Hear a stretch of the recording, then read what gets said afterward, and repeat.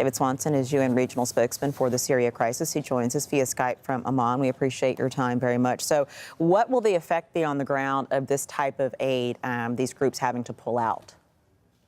Well, obviously, the situation on the ground is extremely fluid. As you mentioned, we've had since April 28th, more than 180,000 people becoming newly displaced. And on top of that, we've had since April 28th, we've had 18 hospitals that have come under attack and that remain out of service.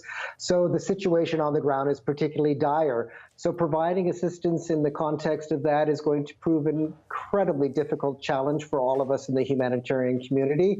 While cross-border operations from Turkey will continue, which is incredibly important for the people in the area.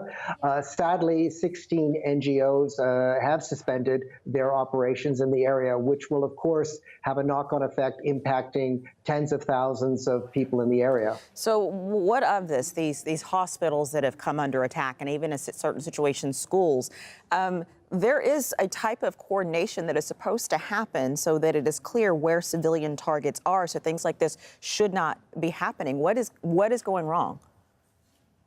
Well, I think as humanitarians, as a humanitarian, I wouldn't want to comment on what's going wrong. But what I can do, and I'd like to point this out very strongly to your viewers, is that hospitals are and must remain a place of sanctuary and unequivocal neutrality. So any violence taken against hospital facilities is completely unacceptable under international humanitarian law.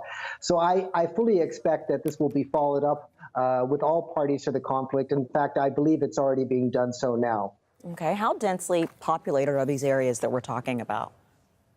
Well, I think it's really interesting. I mean, in Idlib itself, we currently have a population of about 3 million people. This is against a pre-war population of approximately 1.5 million people. Now, of the 3 million people living in this area, approximately 1.2 million people are displaced. And this is an area approximately double the size of Luxembourg, but 5 times the population. So it's a particularly densely populated area, which puts and increases and enhances the levels of vulnerability for these residents even more so.